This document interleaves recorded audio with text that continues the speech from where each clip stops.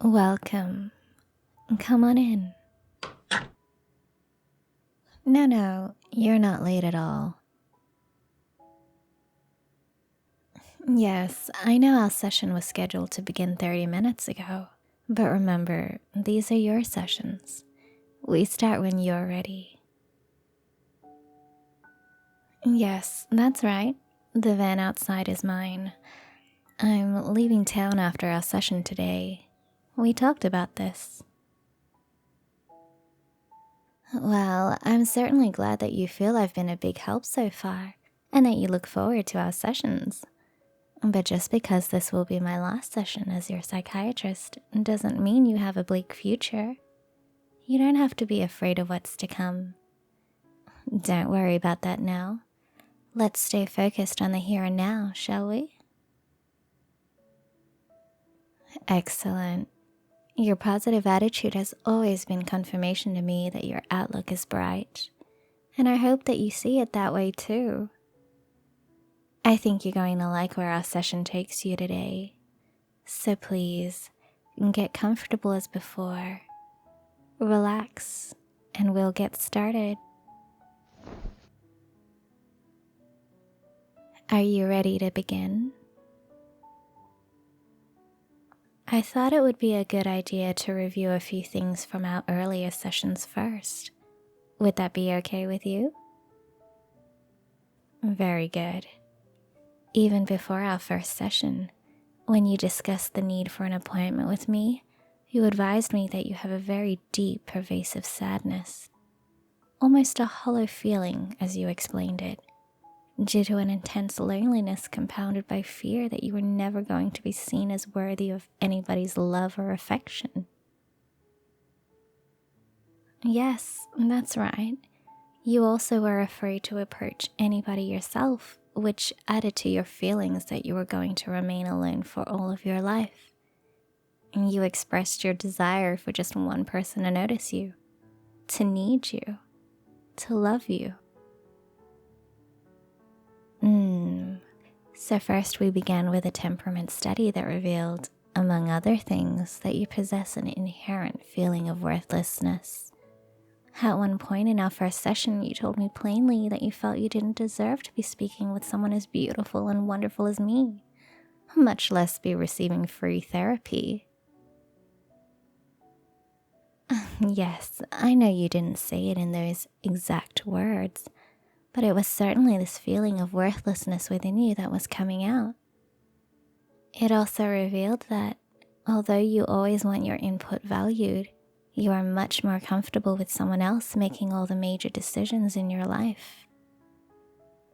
You very much want to be told what to do by someone you trust to have your best interest at heart, which leads to the problem that, because of your feelings of worthlessness, you feel you will never find someone who truly cares about and desires your best interests. Additionally, you are highly intelligent as well as extremely analytical. You naturally study everything that interests you in great detail. This compounds your feelings of worthlessness because you vividly understand all of those areas where you've failed, as well as all of your limitations, which make you feel that your conclusion that you are worthless is justified. You also possess a very high degree of empathy, so that when you do fail others, which you feel is inevitable, you hurt for them to such a degree that you feel the best thing for them would be that you remained out of their lives. These aspects of who you are all increase your feelings of worthlessness and intensify the belief that you will always be alone. Is that right? Moving on, we discussed the lack of support throughout your life from your parents and teachers, other students or colleagues, and even the few romantic partnerships you've been capable of beginning. Some of those relationships were self-sabotaged by your fears, causing you to run and hide. Some of those relationships were doomed from the start due to the other person being an abusive individual who sought to take advantage of you. And some of those relationships failed because you tried to be somebody you weren't, due to your belief that you could never be good enough But that only led to their leaving when they found out you were lying to them about who you were. Does this all sound correct? Or is there something you'd like to add? And finally, we discussed how your own actions of hiding from the world, which stem from the reasons I've just listed, have isolated you from others and kept you in a downward spiral of depression that is slowly consuming you. And that is what prompted you to accept my offer of help. You feel like your own life is out of your control, and you've asked me to help you regain it. Would you say that I've summed it up correctly? Well, then I believe I've created a treatment plan that will give you a true sense of worth and understanding of just how valuable you really are. Offer you a supportive, nurturing environment, protect you from those who wish to take advantage of you, and place control of your life in the positive place where it needs to be. Does that sound like something you desire? Very good. Then if you're ready, we'll begin.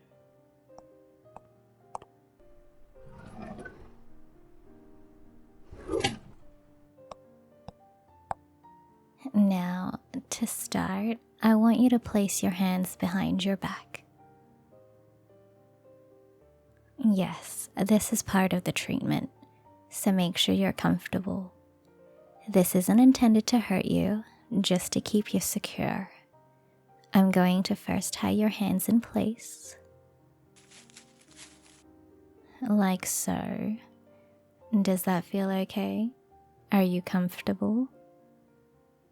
Good. Then I'm going to place another rope around your feet, securing them as well. Another rope around your legs to hold them fast and make you feel secure. That's not too tight. And finally, I'm going to place this gag on your mouth so you won't be able to speak. From now on, I want you to nod slowly and clearly when instructed.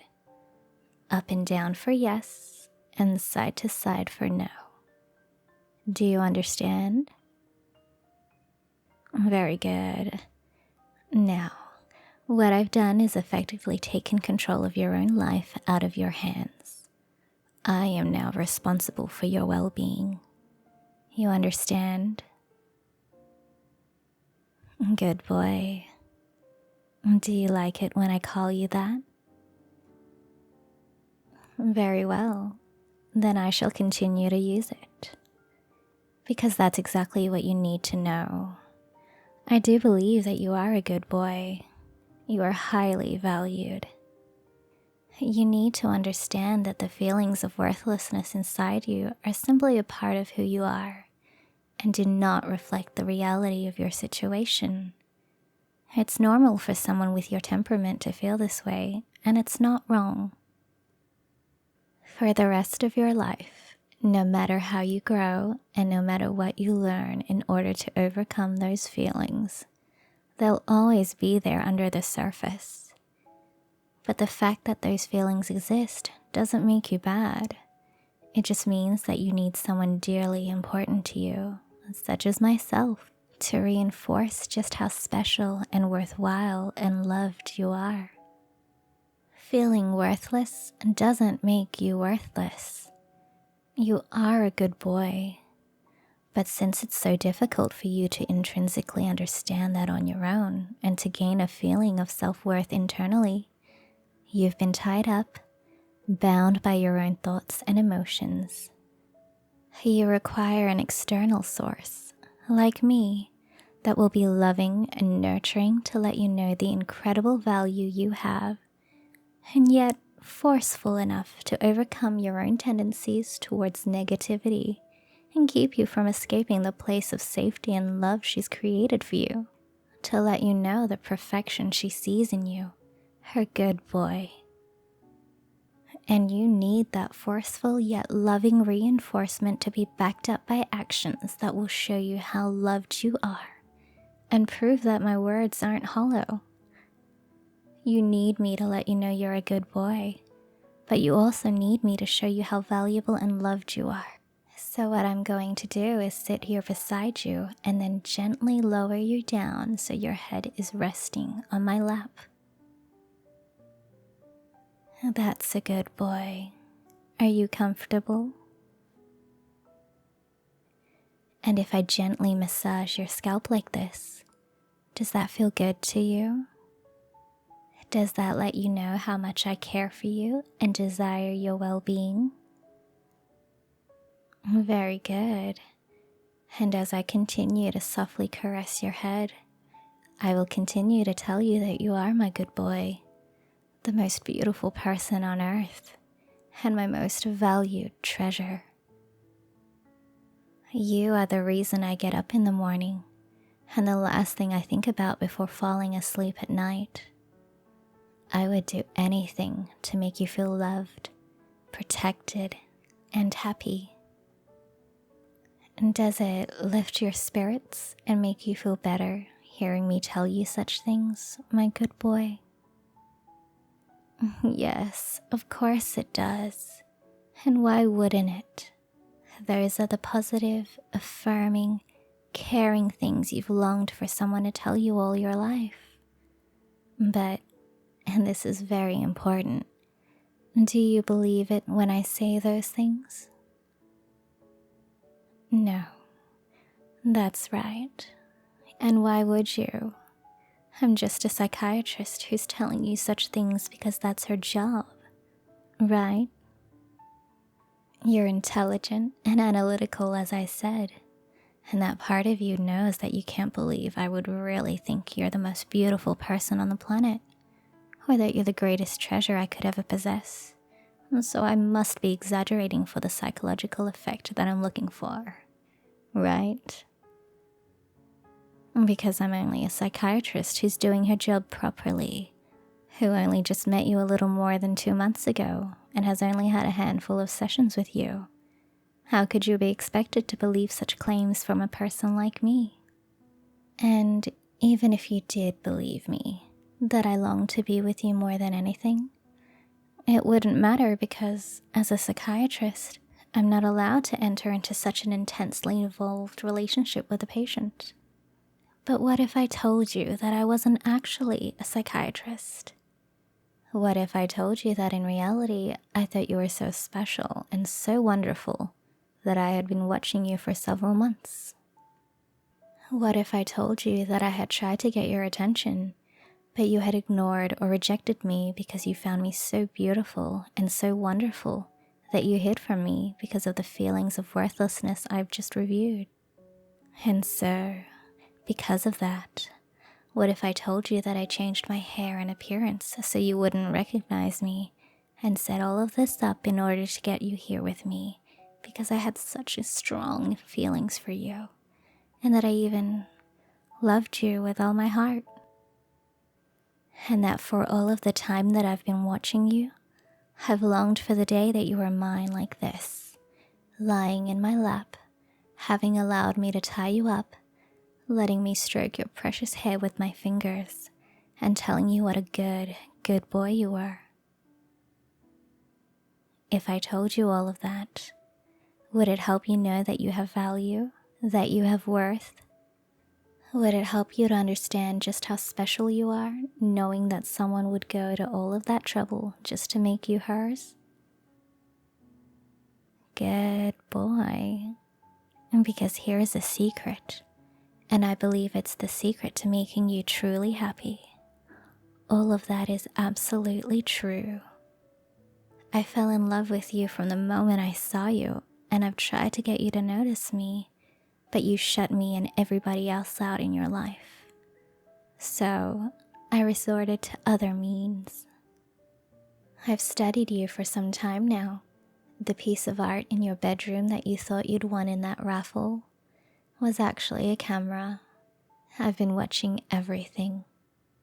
I know your habits, the food you like, the games you play, the amazing skills and talents you possess, and the shows you watch. I even know that you're a deep, peaceful sleeper, and I've loved falling asleep with you, imagining that you were lying beside me, feeling safe and cared for in my presence. But none of that insight gave me access into your heart and mind. I had to know why you wanted to hide from me. And so, on one of your long hikes in the woods, I pretended to have a sprained ankle and allowed you to assist me. And in return for your kindness, I offered you these psychiatric sessions for free. It was here that I discovered what drives you to hide from everyone. To hide from me. And so now, with you laying in my lap, staring up longingly at me with those beautiful puppy dog eyes, I'm letting you, my good boy, know that you no longer have to feel afraid of being alone. I'm making you mine. I've tied you up and I'm never going to let you go. I really am moving away as soon as we're finished here, and I'm taking you with me to be loved and adored for the rest of your days. I can see in your eyes that there is no fright in you. In fact, I can see the relief and the joy that tells me this is exactly what you are looking for, what you were longing for even, but dared not dream was possible. I told you when we started that I thought you were going to like where our session would take you today, because I'm going to take you with me. I told you that my treatment plan would give you a true sense of just how much you're worth and an understanding of just how valuable you really are. I told you that my treatment plan will offer you a supportive, nurturing environment, protect you from those who wish to take advantage of you, and place control of your life in the positive place where it needs to be. And then I asked if this was something you desire, and you responded that it was. And now your desires have come true. Control of your life is now where it needs to be to make you truly happy, within my loving arms. Now that I have you tied up and have embraced you, and I'm caressing your face lovingly, and I've let you know what I intend to do with you, and you will now always have that one person you desire to notice you, to need you, to love you. Is that something you still desire? Good boy.